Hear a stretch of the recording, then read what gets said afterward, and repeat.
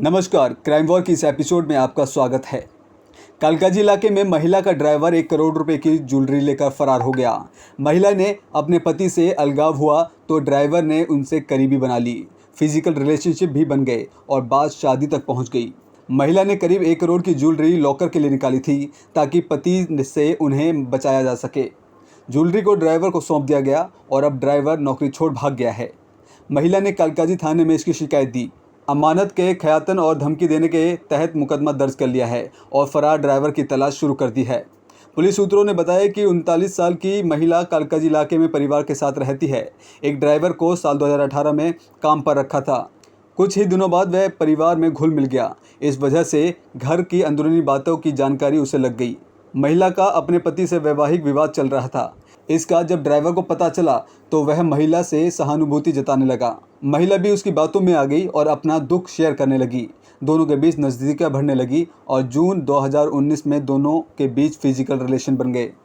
महिला का दावा है कि आरोपी ड्राइवर ने फिजिकल रिलेशन उन्हीं के घर में शादी का झांसा देकर बनाए थे। वह भी पति को छोड़कर ड्राइवर के साथ जिंदगी गुजारने को तैयार हो गई थी। लिहाजा पति से बचाने के लिए अपने करीब 1 करोड़ की ज्वेलरी को बैंक के लॉकर में निकालने का फैसला किया था। साल 2019 में ज्वेलरी निकालकर उन्होंने ड्राइवर को सौंप दिया। आरोप है कि ज्वेलरी हाथ आते ही ड्राइवर के तेवर बदल गए। वह नौकरी छोड़कर चला गया। महिला ने अपनी ज्वेलरी मांगी तो धमकाने लगा। इसके बाद महिला ने पुलिस में शिकायत की। पुलिस ने 18 सितंबर को मुकदमा दर्ज कर जांच शुरू कर दी है। वहीं दूसरा मामला दिल्ली के नई सीमापुरी इलाके में मंगलवार देर रात एक ट्रक ने ड्राइवर पर सो रहे 6 लोगों को कुचल दिया। हादसे में 4 की मौत हो गई और 2 घायल हैं। पुलिस ने सीसीटीवी के जरिए ट्रक की पहचान कर ली है। आरोपी ड्राइवर को पकड़ने के लिए एक टीम मुजफ्फरनगर भेजी गई है। 16 साल के मनीष साहिबाबाद के तुलसी निकेतन स्थित गगन विहार में रहते हैं। वो रात करीब 8 बजे कबाड़ बेचने आए और वहीं खाकर सो गए। ट्रक सबसे पहले उन्हीं के हाथ पर चढ़ा था तो वह रोड की ओर दूसरी तरफ गिर गए और बच गए। आसपास कुचले हुए 4 लोग पड़े थे। मनीष दहशत में आ गए। पुलिस के लिए वो चश्मदीद थे। उन्होंने ट्रक को जाते हुए देखा था। पुलिस को इनसे पूछताछ में ज़्यादा जानकारी नहीं मिल सकी। लिहाजा रात को ही सीसीटीवी कैमरों को खंगालना शुरू कर दिया गया। पुलिस अफसरों ने बताया कि अप्सरा बॉर्डर से लेकर डीएलएफ टी पॉइंट तक कुल 34 सीसीटीवी कैमरे लगे हुए हैं। इन सभी को 4 महीने पहले ही दिल्ली सरकार के तालमेल पर लगवाया गया था। इससे पता चला कि ट्रक शाहदरा फ्लाईओवर से अप्सरा बॉर्डर तक गया था। यहां से पुरानी सीमापुर गोलचक्कर होते हुए दिल्ली यूपी बॉर्डर को बांटने वाली सड़क जो सीमापुर डिपो के मेन गेट से गुजरती है वहां पर आ गया। ट्रक ने जैसे ही डिपो के पास वाले चौराहे को क्रॉस किया तो अचानक कट डिवाइडर पर चढ़ गया। ड्राइवर तुरंत ही संभलते हुए ट्रक को वापस सड़क पर ले आया। इतने में ही 6 लोगों उनकी चपेट में आ चुके थे। सभी सीसीटीवी कैमरे की फुटेज खंगालने के बाद निसारिया मस्जिद के पास एक सीसीटीवी कैमरे में ट्रक का नंबर आ गया। पुलिस अफसर बताते हैं कि हाई रेजुलेशन सीसीटीवी कैमरे होने की वजह से ट्रक का नंबर साफ आ गया। अगर रेजुलेशन हाई नहीं होता तो फिर ट्रक के नंबर के लिए काफ़ी मशक्कत करनी पड़ती। इस मालिक की शनाख्त कापासेड़ा निवासी सुधीर यादव के तौर पर हुई जो ट्रांसपोर्ट का काम करते हैं। पुलिस को इनसे ड्राइवर का नाम सुधीर पता लगा जो बिहार का रहने वाला है। ड्राइवर को पुलिस की टीम शामली से पकड़ कर ले आई है जो वहां माल डिलीवरी करने गया था।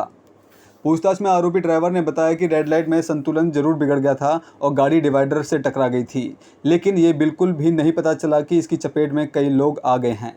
तो वो अप्सरा बॉर्डर से भोजपुर की तरफ गैस भरवाने जा रहा था। इसके बाद उसे माल लेकर शामली जाना था। ताहिरपुर में रहने वाले प्रदीप भी पहले नई सीमापुरी झुग्गी में रहते थे। फैमिली में माता पिता और 3 भाई बहन हैं। वो भी रात को वहां आए और सो गए।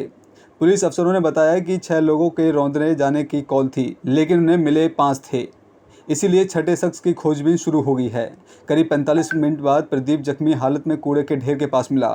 दोनों पैरों में फ्रैक्चर था।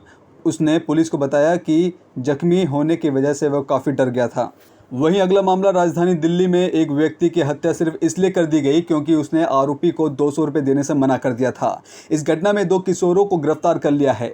दोनों की उम्र 13 और 15 वर्ष बताई जा रही है। मध्य दिल्ली के पटेल नगर में जुए के लिए 200 रुपये देने से मना करने पर एक व्यक्ति की हत्या करने के आरोप में 2 किशोरों को गिरफ्तार कर लिया गया है। पुलिस ने बुधवार को जानकारी दी। पुलिस के मुताबिक 15 से 13 वर्ष की उम्र के 2 किशोरों ने जुआ खेलने के लिए अरुण पंचाल से रुपए की मांग की। जब अरुण ने इसका विरोध किया तो दोनों ने अपने एक तीसरे सहयोगी के साथ मिलकर उसकी हत्या कर दी। उनका तीसरा सहयोगी फरार चल रहा है। पुलिस के मुताबिक ये घटना रविवार को पटेल नगर के एक पार्क में हुई, जब तीनों लड़कों ने अरुण को लूटने की कोशिश की। लूट के प्रयास का विरोध करने पर आरोपियों ने चाकू, लोहे की छड़ और ईंट से हमला कर दिया और उसकी हत्या कर दी। मध्य दिल्ली की पुलिस उपायुक्त श्वेता चौहान ने कहा कि जांच के दौरान पुलिस ने आसपास के इलाके से सीसीटीवी फुटेज हासिल किए हैं। फुटेज देखने के बाद पता चला है कि इस घटना में 3 लोग शामिल थे और उन्होंने अरुण को मारने के लिए चाकू, लोहे की छड़ और ईंट का इस्तेमाल किया था। पुलिस अधिकारी ने बताया कि फुटेज में 2 आरोपी अरुण को लोहे की छड़ और ईंटों से पीटते हुए दिखाई दे रहे हैं और एक अन्य व्यक्ति ने उस पर चाकू से वार किया। पुलिस उपायुक्त श्वेता चौहान ने कहा कि पूछताछ के दौरान किशोरों ने कबूल किया है कि उन्होंने जुए के लिए अरुण से 200 रुपये की मांग की थी और जब उसने विरोध किया तो उन्होंने उससे जबरन पैसे छीन लिए। इसके बाद उनके बीच झगड़ा शुरू हो गया और अरुण की हत्या कर दी गई। पुलिस के मुताबिक तीसरे आरोपी की पहचान रविकांत के रूप में की गई है और पुलिस ने उसे पकड़ने के प्रयास तेज कर दिए हैं। हत्या में इस्तेमाल किए गए चाकू भी बरामद कर लिया गया है।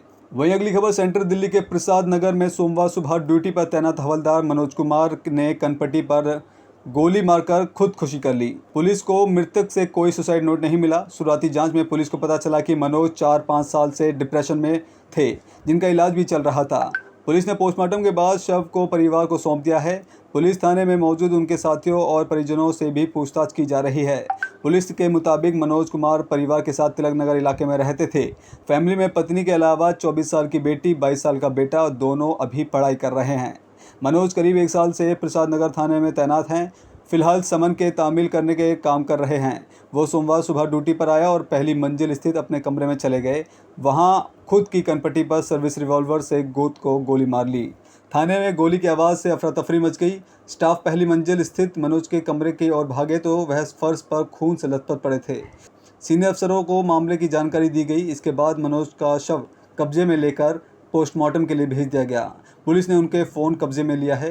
पुलिस इसकी जांच कर रही है कि मनोज ने आत्महत्या करने से पहले किसी को कोई कॉल तो नहीं किया या फिर किसी का कॉल उनके पास तो नहीं आया। वहीं अगला मामला, आदर्श नगर में एक महिला से रेप के बाद वीडियो बनाकर ब्लैकमेल का मामला सामने आया है। महिला की शिकायत पर पुलिस ने रेप व धमकी के तहत केस दर्ज कर आरोपी को गिरफ्तार कर लिया है। पुलिस सूत्रों के मुताबिक महिला ने बयान दिया है कि पति की 2013 में कैंसर की वजह से मौत हो गई थी। एक बेटी है, उसकी 5 साल पहले शादी करके अपने ससुराल में रहती है। पीड़ित महिला घर में ग्राउंड फ्लोर पर परचून की दुकान चलाती है, जिसे घर का खर्चा चलता है। महिला का आरोप है कि हरिओम उर्फ गुड्डू, जो कि आज़ादपुर में रहता है, वह दुकान पर आता जाता था। उसने कुछ समय पहले अपनी दीदी की बीमारी के बहाने से 80,000 रुपये उधार लिए थे। यह रकम महिला ने उसे चेक के जरिए दी थी। मुखर्जी नगर पुलिस को एक नाबालिग छात्र से कुकर्म की घटना के संबंध में शिकायत मिली है। पुलिस सूत्रों ने बताया कि 16 साल का नाबालिग एक स्कूल में पढ़ता है। आरोप लगाया है कि करीब 2 महीने पहले उसके साथ पढ़ने वाले 2 अन्य नाबालिग लड़कों ने गलत काम किया था। एक अन्य ने घटना का मोबाइल से वीडियो रिकॉर्ड किया। बाद में उसे धमकी दी कि अगर उसने इस घटना के बारे में बताया तो इस क्लिप को वह वायरल कर देगा। पीड़ित छात्र काफ़ी समय से गुमसुम रह रहा था। परिजनों को लगातार पूछने पर उसने सारी बात बता दी। मुखर्जी नगर पुलिस ने कुकर्म, धमकी और पॉस्को एक्ट के तहत केस दर्ज कर लिया है। हालांकि अभी किसी की गिरफ्तारी नहीं हुई है। अभी के लिए फ़िलहाल अब इजाज़त दीजिए। देखते रहिए क्राइम वॉर, जुर्म के खिलाफ वॉर।